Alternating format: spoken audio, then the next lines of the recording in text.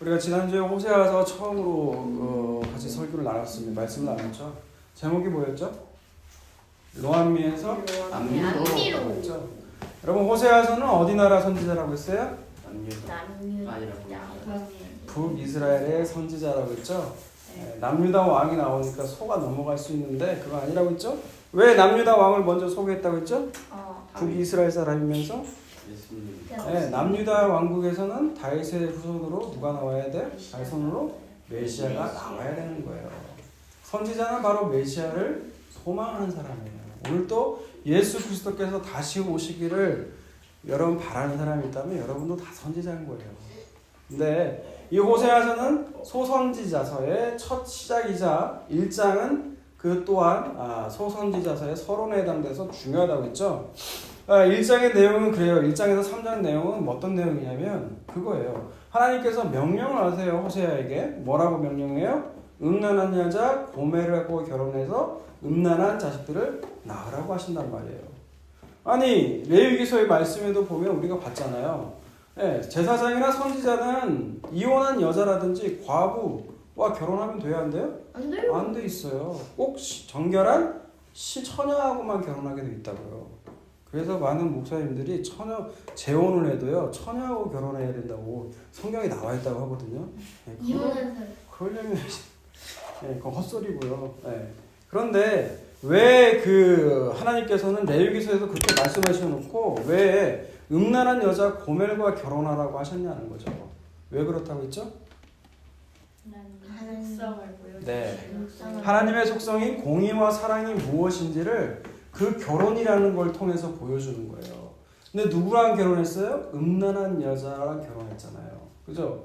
근데 여러분은 그 고멜이라는 여자를 통해서 여러분 뭘 봐야 되냐면 내 자신을 봐야 돼요.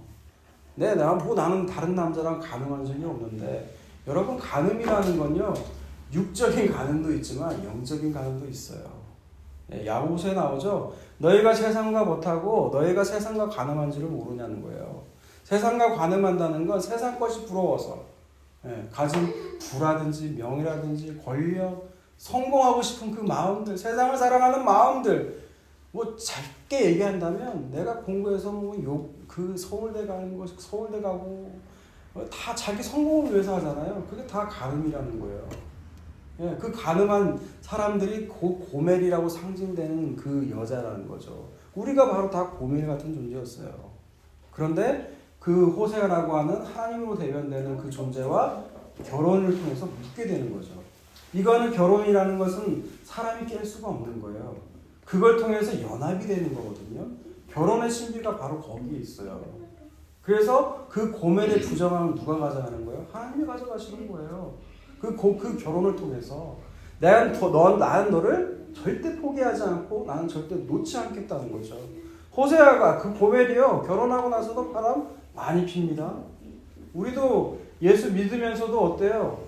예수 믿는 말씀대로 정말 거룩한 그 하나님 새 하늘과 새 땅만 바라보면서 살아요? 안 그러잖아요. 뭐 그런 척하고 있어요. 안 그러잖아요.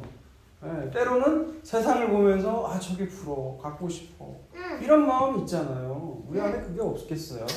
그런데 하나님은 포기하지 않고 너 그거 바라보면 안 돼 라고 하면서 하나님께서 뭘 주시죠? 우리에게 믿음. 고난을 주세요. 고난. 너 그거 아니다 라는 걸 알게 하시기 위해서 때로는 고난을 통해서 돌이키기도 하신단 말이에요. 하나님께서 말씀으로 깨닫기도 해요. 자녀를 통해서도 훈계를 하시더라고요. 하나님이 그 자녀를 통해서 뭘 봐라? 네 죄를 봐라. 그런 것이죠. 우리는 다 고멜 같은 존재인데 하나님께서 호세아의 뜻이 뭐라고 했어요? 구원이라고 했잖아요. 그래서 그걸 통해서 하나님이 구원을 얻게 하려는 그림으로 보여주신다는 거죠. 그래서 호세아는 결혼해서 자식이 3명 낳죠. 아들, 딸, 아들. 그죠? 첫째가 뭐라고 했어요? 이스라엘 흩어버리시겠다라는 거죠. 둘째가 뭐였어요? 딸이 로루하마, 내가 너를 긍휼히 여기지도 않겠다라는 거죠. 막내 아들이 이름이 뭐였어요? 로암미. 여기 다 앉았잖아요. 이스라엘 흩어버리겠다. 또 뭐라고요? 로루하마, 내가 너를 긍휼히 여기지 않겠다. 사랑하지 않겠다. 막내가 뭐라고요? 로암미, 넌 내 새끼가 아니다. 원래 이런 이름이었단 말이에요. 그런데 그런 우리를 하나님이 예수 그리스도의 씨를 심으심으로 말미암아 어떻게 됐다고요? 다시 긍휼하심을 입어서 하나님의 백성이 되었다는 거잖아요. 그게 바로 십자가라고 했잖아요. 결론이. 그죠? 오늘은 호세아서를 한 번 더 볼까 사실 하박국서로 한 번 갈까 했다가 어설퍼가지고요. 차라리 호세아서 한 번 더 보기로 했거든요. 그래서 오늘 본문의 내용은 호세아서 12장인데요. 우리가 지난주에 제가 본문 배경 말씀드렸잖아요. 호세아서의 배경. 북이스라엘이 잘 살았다고 했어요? 못 살았다고 했어요? 잘 살아요. 굉장히 경제적으로도 아무런 문제가 없었다고요. 그냥 편안했어요. 아주. 나라적으로 걱정할 거리가 없었어요. 그리고 그 나라의 부자들도 상당히 많았다고 그래요. 근데 오늘 호세아서 본문 말씀에는 이 부자들의 그 죄악을 고발하고 있다는 거죠. 여러분 7절 한번 읽어보겠어요? 7절? 주는 상인이라 손에 거짓 저울을 가지고 속이기를 좋아하는도다. 네, 그는 누굽니까? 그가 바로 이스라엘 에브라임을 얘기하고 있는 거예요. 성경은 이스라엘과 에브라임을 번갈아가면서 쓰는데 에브라임이 이 북이스라엘 대표 지파이기 때문에 에브라임이 곧 이스라엘을 말하는 거예요. 근데 에브라임은 상인이래요. 여러분 히브리어로 상인이 뭔 줄 알아요? 거짓된 가나? 예? 가나안이에요. 가나안. 캐나안이죠. 원래 발음대로 하면. 근데 이 가나안이라는 거 여러분 많이 들어봤잖아요. 하나님이 가나안 땅으로 인도하신다고 그러잖아요. 그리고 창세기에 가나안이 처음 등장할 때 그 함의 아들, 그죠? 가나안의 아버지가 함이라고 나와 있거든요. 그 가나안이에요. 똑같은 가나안인데 이 가나안은 통상, 상업, 그러니까 상인과 관련된 이름이라도 할 수 있어요. 지명 이름이기도 하고요. 근데 이 가나안이라는 곳은 상인이 어느 곳에 발달해 있어요? 보통 무역이 발달한 지역.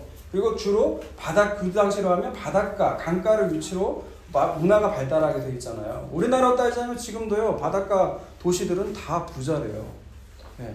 어제 그 전업집 갔다 왔는데, 그 고창에 그렇게 부자가 많대요. 네. 거기도 바닷가가 있거든요. 여러분 부자 되고 싶으면 어디로 가야 돼요? 고창! 바닷가로 가야 되는 거예요, 바닷가. 네. 그래서 예수를 부르면 다 지옥 가는 거죠. 그래서 그렇게 부자가 많았는데 에브라임도 마찬가지였다는 거예요. 에브라임이 지금 뭐라고 그러는 거예요? 가나안이 돼버렸다는 거예요. 에브라임은 하나님의 피로 애굽에서 구원해낸 거룩한 하나님의 백성이 돼야 되는데 지금 뭐가 됐다는 거예요? 장사치가 돼버렸다는 거예요. 여러분 장사치가 나쁜 건가요? 하나님 장사하지 말라고 했을까요? 그러면? 네, 아니요. 야, 그럼 보세요 말씀을. 레위기서 보세요. 레위기서 25장 14절을 한번 읽어볼게요. 창세기, 출애굽기, 레위기죠. 레위기 25장 14절을 먼저 찾으신 분이 읽어주세요. 25장 내 이웃에게 팔든지 내 이웃의 손에서 사든 너희 각 사람은 그의 형제를 속이지 말라. 네, 뭐라고 나왔어요? 팔든 사든 나오죠. 사고 파는 게 장사잖아요. 그죠? 하게 돼 있어요. 다만 뭐라고요? 속이지 말라는 거예요. 한계를 두신 거죠. 신명기서 가실 거예요. 신명기서. 창세기, 레위기, 민수기, 신명기 25장을 보세요. 25장 13절에서 16절까지 읽어주세요. 너는 내 주머니에 두 종류의 저우추 곧 큰 것과 작은 것을 넣지 말 것이며 내 집에 두 종류의 큰 것과 작은 것을 주지 말 것이요. 오직 온전하고 공정한 저우추를 두며 온전하고 공정한 되를 둘 것이라. 왜냐하면 내 하나님 여호와께서 내게 주시는 땅에서 내 날이 길리라. 네, 아멘. 네. 여기서 보면 뭐가 나와요? 되하고 추가 나오죠? 네, 되는 제가 잘 몰라서 사전을 찾아보니까 이게 분량을 재는 단위라고 하더라고요. 네. 저는 이게 저는 잘 몰랐어요. 네, 추는 무게를 재는 거죠. 그러니까 이 분량과 무게를 재는 되와 저울추로 속이지 말라고 하는 거예요. 그러니까 자기가 이윤을 얻으려면 어떻게 하겠어요? 내가 사들일 때는 많이 서드릴 때는 양을 자기 같은 그 저울을 갖고 있으면서 그 저울로 속이는 거죠. 내가 분량이 적고 무게가 적게 나가면 돈을 그만큼 적게 주면 되잖아요. 팔 때는 어떻게 해요? 많은 걸로 속여가지고 그 이윤을 남겨먹는 거죠. 근데 너희는 그런 짓 하지 말라고 말씀하시는 거예요. 그러면 이스라엘은 어떻게 했을까요? 정말 하나님 말씀대로 정말 속이지 않고 정직하게 장사했을까요? 네. 아모스서 볼까요? 아모스서 2장 6절을 읽어주세요. 아모스 호세아 요엘서 다음에 아모스가 있는데 아모스 2장 6절을 한번 읽어주세요. 여호와께서 이와 같이 말씀하시되 이스라엘의 서너 가지 죄로 말미암아 내가 그 벌을 돌이키지 아니하리니 이는 그들이 은을 받고 의인을 팔며 신한걸레를 받고 가난한 자를 팔며 네, 하나님께서 아모스 선지자를 통해서 말씀하시죠. 뭐예요? 그 자기의 은을 위해서 의인을 팔아먹는다는 거예요. 가난한 자를 신발 한 켤레에 팔아먹는다는 거예요. 그럼 이들이 말씀대로 살았다는 거예요? 못 살았다는 거예요? 못 살았다는 거예요. 자기 이익을 위해서라면 이런 짓도 서슴지 않고 하나님의 백성이라고 부르는 이스라엘이 행했다는 거예요. 아모스 그 8장으로 넘어가 볼까요? 8장. 네. 8장 4절에서 6절 한번 읽어주세요. 시작. 가난한 자를 삼키며 땅에 힘없는 자를 망하게 하는 자들아 이 말을 들으라. 너희가 이르기를 월삭이 언제 지나서 우리가 곡식을 팔며 안식일이 언제 지나서 우리가 밀을 내게 하고 에바를 작게 하고 세계를 크게 하여 거짓 저울로 속이며 은으로 힘없는 자를 사며 신 한 켤레로 걸 사며 찌꺼기 밀을 팔자 하는도다. 네. 지금 정한 절기라는 것이 있잖아요, 여러분. 월삭이 어떤 날이에요? 매달 첫 하루예요. 매달 첫 하루를 시작하면서 지난달 동안 내가 잘못한 것을 하나님 회개하는 거예요. 그리고 내가 이제는 그렇게 살지 말아야지 하는 마음으로 살아야 되는 절기가 월삭이에요, 여러분. 근데 그 월삭에 뭔 짓을 한다고요? 더 이윤을 내려고 한다는 거예요. 더 이윤을 내서 가난한 자도 팔아먹고 내게 빚진 자는 내가 더 큰 저당물 줘가지고 아예 망하게 하고 내야만 이익만 챙기면 된다는 식으로 살고 있다는 거예요. 안식일도 온다는 거예요. 안식일이 뭐예요? 하나님께서 구원이 뭔지를 보여주기 위해서 하나님이 안식일을 만드신 거잖아요. 그런데 그 안식일만 빨리 지나라. 형식적으로 지키고 있다는 거죠. 지나면 내 다음 날이 되면 내가 더 이윤을 크게 보리라는 거예요. 내가 부자가 되고 말겠다는 거죠. 남이 망하고 남의 사정이 어떻든지 말든지 나는 내 이익이 제일 중요하다는 거예요.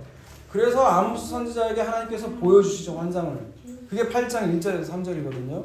읽어볼까요? 시작. 주 여호와께서 내게 이와 같이 보이셨느니라. 보라, 여름과일 한 광주리이니라. 그가 말씀하시되 아모스야, 내가 무엇을 보느냐? 내가 이르되 여름과일 한 광주리이니이다 하매 여호와께서 내게 이르시되 내 백성 이스라엘의 끝이 이르렀은즉 내가 다시는 그를 용서하지 아니하리니 그날의 궁전의 노래가 애곡으로 변할 것이며 곳곳에 시체가 많아서 사람이 잠잠히 그 시체들을 내어버리리라. 주 여호와의 말씀이니라. 네, 아모스 선지자에 보면 환상이 몇 가지 등장해요. 근데 첫 번째, 두 번째 환상들은 아모스의 그 중보 기도와 요청으로 인해서 하나님께서 뜻을 돌이키시거든요. 근데 이 여름 한 광주리를 보이는 환상은 하나님이 끝내 이루신다고 말씀을 하세요. 이걸로 이스라엘은 끝났다라는 거예요. 여름과일 한 광주를 지내서 너희들은 더 이상 열매 맺지 못한다는 거예요. 네 나라는 끝났다라는 거예요. 그래서 이것이 이스라엘의 모습이라는 거예요. 하나님의 공의와 사랑이 무엇인지를 진짜 보여주려고 하나님 택한 백성들인데 자기 이익을 위해서라면 가난한 자를 탈취하는 건 물론이고요. 자기 이익을 위해서라면 수단과 방법을 가리지 않는다는 거예요. 마치 하나님을 모르는 이방인들이 하는 짓을 지금 이스라엘이 하고 있다는 거예요. 그런데 이스라엘이요, 이렇게 행하고도 이렇게 죄를 짓고도 하는 말이 뭔지 오늘 본문 8절을 한번 보세요.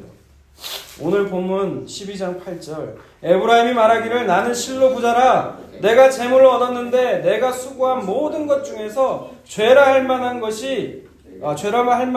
불의를 내게서 찾아낼 자가 없으리라. 여러분, 이렇게 되면 이스라엘은 회개를 해야 되는 거 아니에요? 자기의 그 불의를 알았으면, 자기의 그 죄를 알았으면, 그런데도 뭐라고요? 나는 부자다는 거죠. 내가 재물을 얻었는데 내가 수고한 모든 것 중에서 내게 죄라고 할 만한 게 뭐가 있냐는 거예요. 여러분, 이게 쉽게 얘기해서 그 내용이에요. 부자가 된 사람들이 하는 말이 내가 정당하게 노력해서 내 힘 벌어서 내가 내 시간 내서 부자가 됐는데 니들이 나한테 뭐 보태준 게 있냐는 거예요. 내가 내 돈 쓴다는데 네가 뭔 상관하냐는 거예요. 지금 이런 거죠. 여러분, 이런 식의 사고방식을 뭐라고 그래요? 두 글자로. 교만. 교만이잖아요. 교만. 자기 중심의 끝판왕 그 교만. 여러분 부자가 되는 건요 개인의 혼자의 노력으로 되는 게 아니에요. 여러분 잘 생각해 보세요. 기업 뭐 어떤 업체에서 물건을 만들어내서 부자가 됐다고 봐요.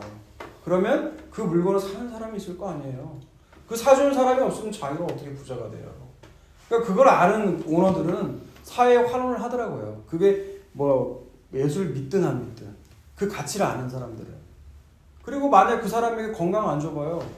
그럼 그 사람이 어떻게 뭐 부자가 되겠어요. 그런데도 자기의 힘으로 내가 노력해서 내가 부자가 됐다고 하는 게 지금 장사치 가난의 모습이라는 거예요. 여러분 그러나 이스라엘은 다른 나라들과 달리 하나님께서 택하시고 이 세상이라는 곳에서 하나님이 불러내신 하나님의 거룩한 백성들을 말을 해요. 다시 말해서 하나님의 은혜로 세워진 나라의 모형으로 세워진 곳이 바로 이스라엘이라는 거예요. 그러니까 하나님은 이스라엘만은 이렇게 살아서는 안 된다라고 말씀하신 거거든요. 여러분 신명기서 말씀을 볼게요. 신명기. 모세가 이제 이스라엘에 들어가기 전에 신명기 말씀을 통해서 그동안 했던 말들을 계속 요약해서 반복해서 전하고 있는 게 신명기거든요. 신명기 8장을 보세요. 8장 7절부터 쭉 보겠습니다. 내 하나님 여호와께서 너를 아름다운 땅에 이르게 하시나니 그곳은 골짜기 있든지 산지든지 시내의 불철과 샘이 흐르고 밀과 보리의 소산지요 포도와 무화과와 석류와 감람나무와 꿀의 소산지라. 또 밀과 먹을 것에 부족했고 내가 아무 부족함이 없는 땅이며 그 땅의 돈은 철이요 산에는 동을 캘 것이라. 네, 거기까지 볼게요. 예, 하나님께서는 어디로 인도하시는 거예요 지금? 하나님께서 약속하신 그 가나안. 여러분 이제 상인이라는 뜻을 지워버리시고 그 약속의 땅, 그 가나안이 천국의 모형이거든요. 그 가나안에 가면 너희가 부족한 것이 없다라는 거예요. 온갖 자원들이 풍성한 땅, 모든 것이 부족함이 없는 땅이 어디예요? 가나안이에요. 가나안. 그곳에 가면 어떻게 하라는 거예요? 10절과 11절 읽어볼까요? 내가 먹어서 배부르고 내 하나님 여호와께서 옥토를 내게 주셨음을 말미암아 그를 찬송하리라. 내가 오늘 내게 명하는 여호와의 명령과 법도와 규례를 지키지 아니하고 내 하나님을 잊어버리지 않도록 삼갈지어다. 너희가 이런 가나안 땅에 들어가게 되면 먹고 배불러서 어떻게 하라는 거예요? 교만하지 말고 그것이 하나님의 은혜인 걸 찬송하라는 거예요. 그리고 그것을 잊지 않도록 하나님의 말씀과 계명을 잊어버리지 말라는 거예요. 그렇게 살아야 되는 거예요. 그런데 12절부터 계속 볼까요? 내가 먹어서 배부르고 아름다운 집을 또 내 소와 양이 번성하며 내 은금이 중식되며 내 소유가 다 풍부하게 될 때 내 마음이 교만하여 내 하나님 여호와를 잊어버릴까 염려하노라. 여호와는 너를 애굽 땅 되었던 집에서 이끌어내시고 너를 인도하여 그 광대하고 위험한 광야 곧 불뱀과 정갈이 있고 물이 없는 간조한 땅으로 지나가게 하셨으며 또 너를 위하여 단단한 반석에서 물을 내셨으며 내 조상들과 알지 못하던 만나를 광야에서 내게 먹이셨나니 이는 다 너를 낮추시며 너를 시험하사 마침내 내게 복을 주게 하시느니라. 하나님도 아셨다는 거예요. 얘네들이 가나안에 들어가게 되면 어떤 일을 벌이냐? 나를 잊어버리고 말 거라는 거죠. 풍성해서 교만하게 돼서 하나님이 잊어버리게 된다는 거예요. 근데 그럴 때 너희가 어떻게 여기에 오게 되었는지를 생각해 보라는 거예요. 네가 네 힘으로 했는지를 생각해 보라는 거예요. 그래서 네가 부자가 되고 네가 잘 나가게 되면 너 나 잊어버리게 될 거거든. 근데 혹시라도 그때가 되는 생각을 해보라는 거예요. 네가 어떻게 부자가 됐는지, 네가 어떻게 그렇게 풍요로운 땅에 들어갔는지 그 하나님의 은혜를 기억하라는 거예요. 그리고요 17절부터 계속 볼까요? 17, 18절. 그러나 내 마음에 이르기를 내 능력과 내 손의 힘으로 내가 이 재물을 얻었다 말할 것이라. 내 하나님 여호와를 기억하라. 그가 내게 재물 얻을 능력을 주셨음이라. 이같이 하시면 내 조상들에게 맹세하신 언약을 오늘과 같이 이루려 하심이니라. 그럼에도 불구하고 니들은 어떻게 한다는 거예요? 내 능력과 내 손의 힘으로 내가 재물을 얻었다 말할 거라는 거예요. 오늘 본문 말씀의 표현과 똑같잖아요. 에브라임이 실로 나는 부자라. 내가 힘으로 이 재물을 얻었는데 내게서 누가 불의를 발견하겠냐는 거죠. 똑같은 교만이 이스라엘 가운데 오게 될 걸 하나님께서는 출애굽하실 때부터 이미 알고 계셨다는 거예요. 사람은요, 인간이 배부르면요 어떻게 된다는 거예요? 교만하게 된다는 거예요. 그래서 여러분 너무 부자 되려고 하지 마세요. 부자 되면요 이런 죄에 빠질 수밖에 없는 거예요. 인간이라는 존재가. 아니에요. 나는 하나님 말씀을 알고 하나님 은혜를 아니까 절대 안 그럴 거예요. 여러분 부자가 되는 건 하나님 주권이거든요. 근데 그 부자도요. 그 부자가 하나님 되게 하신 거는 그 부를 가지고 어떻게 하라는 거예요? 교회를 위해서 나누라는 거예요. 다. 교회에 가난한 자가 있으면 그 가난한 줄을 위해서 주는 거예요. 보충해 주는 거예요. 부를 흘려보내는 거예요. 그게 성경에서 말하는 부예요. 누가 말하는 천국 그따위 없어요. 깨끗한 부자? 없어요, 여러분. 부자라는 거는 다 탐욕의 결과로 나오는 것들이에요.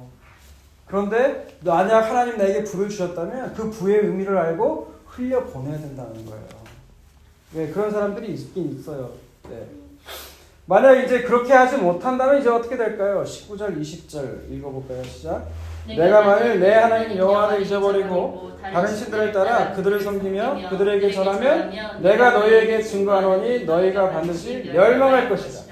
여호와께서 너희 앞에서 멸망시키신 것이 민족들 같이 너희도 멸망하리니 이는 너희가 너희 하나님 여호와의 소리를 청종하지 아니하니라. 네, 하나님은 어떻게 한다고요? 망하게 해버린다는 거예요. 멸절시켜버리겠다는 거예요. 하나님, 그래서 하나님은 이 말씀대로 에브라임을 북이스라엘을 어떻게 해요? 하나님 망하게 하신다는 거예요. 그 말씀대로 행하신다는 거죠. 오늘 본문 넘어가서요. 여러분 12장 9절을 한번 읽어보세요. 이 말씀 그대로 내가 애굽 땅에 있을 때부터 나는 내 하나님 여호와니라. 내가 너로 다시 장막에 거주하게 하시기를 명절날에 하게 된 것 같이 하리라.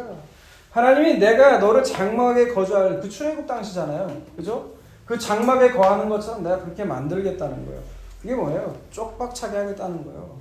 니들이 이런 부 하나도 남기지 않고 모조리 예전에 그 장막 생활, 텐트 생활하던 것 같이 하나님 그렇게 만드시겠다는 거예요. 네가 그동안 쌓아온 부를, 교만을 광야같이 아무것도 없는 상태로 하나님께서 만들어버리겠다는 거예요. 10절 읽어볼까요? 내가 여러 선지자에게 말하였고 이상을 많이 보였으며 선지자들을 통하여 비유를 베풀었노라. 이게 처음 하는 얘기가 아니라는 거죠. 내가 이렇게 될 것을 여러 선지자들에게 말했다는 거예요. 우리가 아까 선지자서 뭐 봤어요? 아모스 선지자 봤잖아요. 여러 광주리의 그 환상. 이미 아모스를 통해서도 말씀하셨고 이사야, 에레미야 할 것 없이 다 지적했거든요. 그리고 이상을 봤다는 거죠. 그 선지자. 아까 이상 봤잖아요. 환상. 한 광주리의 환상. 그리고 여러 비유로 하나님께서 말씀하셨다는 거예요. 그게 무엇이냐? 11절과 12절을 읽어볼까요? 시작. 길앗은 불의한 것이냐? 과연 그러하다. 그들은 거짓되도다. 길갈에서는 무리가 송아지로 제사를 드리며 그 제단은 밭이랑에 쌓인 돌무더기 같도다. 야곱이 아람의 들로 도망하였으며 이스라엘이 아내를 얻기 위하여 사람을 섬기며 아내를 얻기 위하여 양을 쳤고 여호와께서는 한 선지자로 이스라엘을 애굽에서 인도하여 내셨고 이스라엘이 한 선지자로 보호받았거늘 에브라임이 경노하게 함이 극심하였으니 그의 주께서 그의 피로 그의 위에 머물러 있게 하시며 그의 수치를 그에게 돌리시리라. 잘하셨어요. 11절 12절만 읽으라고 했는데 끝이 안 맺으니까 같이 읽었는데 어차피 한 번에 설명하면 돼요. 잘하셨어요. 네. 이 11절 그 길앗과 길갈이라는 지명이 등장하잖아요. 여러분 구약을 조금만 읽어보시면 아실 거예요. 길앗과 길갈은 다 하나님의 이름을 기념한 곳이 되었거든요. 원래는. 그런데 그곳이 지금 뭘로 바뀌었다는 거예요? 하나님이 아니라 우상을 섬기는 신당, 우상을 섬기는 그런 곳으로 변질되고 말았다는 거예요. 그래서 12절에 야곱의 이야기가 나오는 거예요. 여러분, 야곱이 어떤 인간이에요? 야곱은 자기가 그 하나님의 축복받고 싶어서 축복이 뭔지를 모르고 형 에서를 속이잖아요. 그래가지고 그 장자권을 속여 뺐잖아요. 여러분 이 모습이 뭐예요? 오늘 표현으로 하면 장사꾼의 모습이잖아요. 내가 나만 복 받으면 돼. 형 에서 필요 없어. 무섭긴 하지만. 그래서 야곱이 장자권을 빼서는 어디로 도망가요? 아람들로 도망갔다는 거예요. 그리고 이제 그 삼촌 라반에 가가지고 양을 치잖아요. 그리고 똑같이 라반에게 당하고 마는 것이 야곱의 이야기잖아요. 그죠? 그 모습 또한 자기가 어떻게 생활을 했는지를 하나님께서 알게 하려고 하나님께서 라반을 도구로 쓰신 거라는 거죠. 그리고 야곱은 이제 외삼촌 라반에게서 도망가죠. 그런데 문제는 뭐예요? 형 에서가 딱 기다리고 있는 거예요. 집으로 가려고 하는데. 거기서 이제 큰일 났으니까 어떤 노를 해요? 야복 강가에서 하나님과 씨름하잖아요. 거기서 환도뼈를 치잖아요. 환도뼈를 샌다는 건 죽었다라는 거거든요. 거기서 야곱은 죽고 새 이름을 얻죠. 그게 뭐예요? 이스라엘이에요. 이스라엘. 그렇게 하셨듯이 너희는 이제 하나님께 돌아오라는 거예요. 야곱 같은 장사치도 내가 이스라엘로 만들지 않았니? 그러니 지금 에브라임아 내게로 돌아오라는 거예요. 하나님은. 그게 바로 이제 13절에 나오는 이어지는 말씀과도 여러분 이어지는 거죠. 하나님께서는 야곱을 이렇게 만드신 것처럼 하나님께서는 이스라엘을 애굽으로 인도하고 그 선지자를 보내셔서 보호하였듯이 그러니 장사치가 된 이 가난이 된 이스라엘아 하나님께 돌아오라는 거예요. 네가 그냥 그렇지 않으면 14절 말씀 그 피가 위에 머물러 있어 수치가 너에게로 돌아갈 거다라는 거죠. 여러분 오늘 말씀을 들으면서 나는 가진 것도 없고 가진 것도 없으니 나하고는 상관없는 말씀이야 라고 안심할 수 있는데요. 여러분 그러면 큰 미스테이크예요. 오산이라는 거예요. 여러분 부자가 되기 위해서 그렇게 사는 게 여러분 부자들을 부러워해 보신 적 없어요? 있어요. 네, 여러분 만약 그런 생각을 했다면 여러분은 오늘 책망을 받는 이 에브라임, 이 부자, 이 장사치, 장사치랑 똑같은 사람이라는 거예요. 왜? 예수님께서는요 마음에 품은 생각, 그죠? 내가 형제를 미워해. 너 이미 미워했어? 마음에 미워했어? 너 이미 그 형제를 살인한 거랑 똑같아. 아닌데? 지나가는 저 자매를 보고 음란한 마음을 품었어? 너 저 자매 간음한 거 똑같아 라고 한다고요. 네, 예수님께서 보실 때는 여러분 다 똑같은 죄인이라는 거예요. 아닌데? 네, 그게 죄인이에요. 아닌데? 사람들은 왜 부자가 되고 싶어 해요? 먹고 잘 살려고. 네, 다른 사람들에게 아쉬운 소리 듣고 싶지 않아서, 아쉬운 소리 하고 싶지 않아서, 누구의 도움 없이도 내 힘만으로 살고 싶다는 것이 부자예요. 이 마음과 이 생각은 결국 누구에게로 닿느냐? 하나님께로 닿는 거예요. 내가 하나님 도움 없이 난 내 힘으로 이 땅에서 잘 먹고 잘 살게요. 여러분 이게 부자예요. 이게 하나님과 대적하는 죄라는 거예요. 여러분 이 문제는요 반드시 경제적인 문제만이 되는 게 아니에요. 경제적인 문제의 그 교만이 부자라면 영적인 교만도 있잖아요. 내가 저 사람보다 나은데, 나는 기도를 몇 시간 하는데, 나는 구제를 얼마를 하는데, 나는 교회를 위해서 봉사를 얼마를 하는데, 나는 저 사람보다 나아 라고 하는 것이 뭐예요? 그게 바로 영적 교만이에요. 이 영적인 교만을 가진 자는요 주님의 은혜보다는 자기 행위, 자기 의를 바라보게 돼 있다는 거예요. 이 자기의가 있기 때문에 나는 부족함이 없다라고 말을 하는 거죠. 여러분 이렇게 고백한 그 신약의 교회가 있었어요. 내가 나오니까 내가 부자라고 말하는 신약의 교회가 있었는데 어느 교회예요? 함께 이루어가는 교회예요? 어느 교회예요? 성경에 나와 있어요. 요한계시록 3장을 보세요. 요한계시록 3장 오늘 그 말씀만 읽고 마칠 거예요. 요한계시록 3장 14절을 보면 이제 어느 교회가 등장하냐면 요한계시록은 1장 1절에서 8절까지 서론이고요. 1장 9절부터 3장까지는 이제 7교회 아시아에 있는 지금 터키 지방에 있는 7교회에 보내는 편지가 내용이 되고 있어요. 그 중에 하나인 마지막 라우디게아 교회가 바로 그렇다는 거예요. 여러분 14절부터 한번 읽어볼까요? 라우디게아 교회의 사자에게 편지하라. 아멘이시여 충성되고 참된 증인이시여 하나님의 창조의 근본이신 이가 이르시되 항상 시작을 할 때 예수 그리스도께서 어떤 분이신지를 설명을 하고 나서 시작을 하는 거예요. 특징. 하나님은 어떤 분이세요? 아멘이시고 진실로 그렇다는 거죠. 충성되고 참된 증인이시며 창조의 근본이신 분이 바로 예수 그리스도시라는 거예요. 그 그리스도께서 라우디게아에게 편지를 하는데 라우디게아의 실상을 얘기하고 있는 거예요. 15절 16절 읽어볼까요? 내가 내 행위를 아느니 내가 찾지도 아니하고 뜨겁지도 아니하구나. 내가 찾은지 뜨겁든지 하기를 원하노라. 내가 이것을 믿으나여 뜨겁지도 아니하고 찾지도 아니하니 내 입에서 너를 토하여 버리리라. 내가 말하기를 나는 네, 부자라. 16절까지라고 했어요. 잘 들으세요. 15절 16절까지라고 했어요. 뭐라고 하는 거야 지금? 내가 내 행위를 아는데 네가 차지도 않고 뜨겁지도 않대요. 그러니까 네가 차든지 뜨겁든지 하라는 거죠. 그래서 네가 이같이 미지근하면 내가 어떻게 한다고요? 너를 토해버린다는 거예요. 여러분 이 구절 가지고 많은 목사님들 설교를 어떻게 많이 했어요? 토해버린다. 화끈한 믿음을 가지라고, 불같은 믿음을 가지라고. 찬양할 때 박수치고 말이지, 기도할 때 뜨겁게 큰 목소리로 기도하고. 이게 다 제가 들은 소리예요. 절대 조용히 있지 말고 성도들보다 훨씬 더 크게 소리 지르고. 여러분 이런 게 이렇게 이 구절을 이렇게 해석하는 거예요? 네. 여러분 이 구절은요 라오디게아 지방을 알면 여러분 좀 이해가 좀 편하긴 해요. 라오디게아 지방에서는 그 물이 석회질로 되어 있었거든요. 예, 진흙이 섞여 있단 말이에요, 쉽게 얘기해서. 그래서 물을 그대로 받아 마실 수가 없었어요. 그래서 그 물을 어디서 끌어왔냐면 그 근처에 있는 히에라폴리스라고 하는 온천, 뜨거운 물이 나오는 히에라폴리스에서도 봤고요. 그 뜨거운 물만 마시면 안 되잖아요. 그러니까 차가운 물이 흐르는, 여러분 골로새 알죠? 골로새. 그 골로새에서 물을 따왔단 말이에요. 그래서 이 찬물과 뜨거운 물을 가지고 왔는데 긴 통로에서 오다 보니까 이 라오디게아 지방에 도착한 물이 어떤 상태가 될 것 같아요? 미지근하게 되는 거예요. 그런데 그 미지근한 물을 먹으면 누구나 막 토하게 돼 있다는 거예요. 예, 라오디게아 지방에 그런 교회였단 말이에요. 근데 그 말이 그러면 진짜 뜨거운 믿음이 있고 차가운 믿음이 있어요, 여러분? 그런 거 가지라고 하는 거예요. 그 구절을 해석하려면 여러분 16절이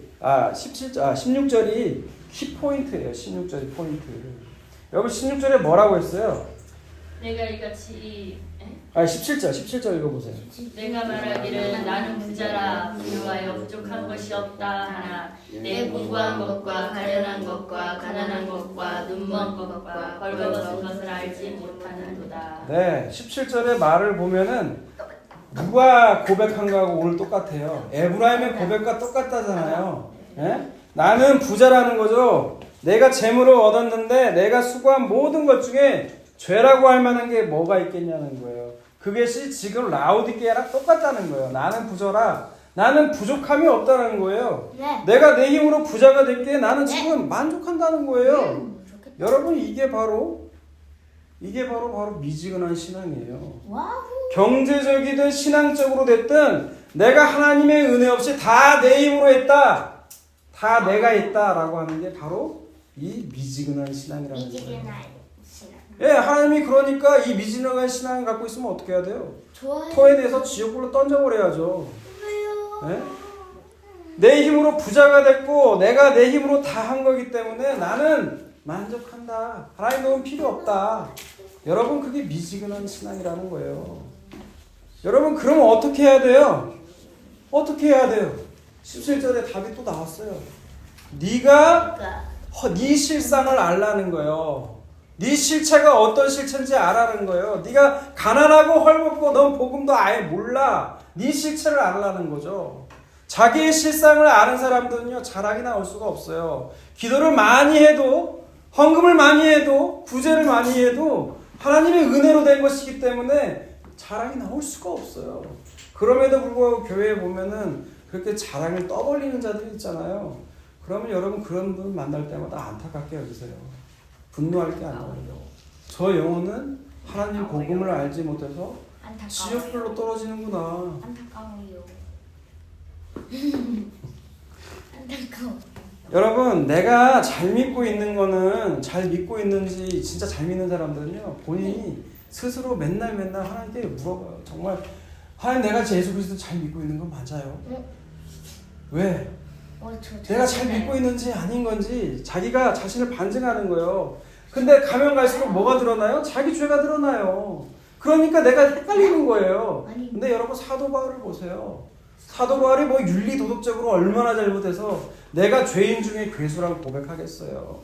내가 빛이신 예수 그리스도께 가까이 갈 만큼 빛 앞에 가잖아요. 그러면 온갖 먼지들이 드러나잖아요. 그렇듯이 사람의 죄가 다 드러나요. 그러니까 그분 앞에 서니까 내가 죄인 중에 괴수라는 거예요. 바울은. 그걸 알게 된다는 거예요.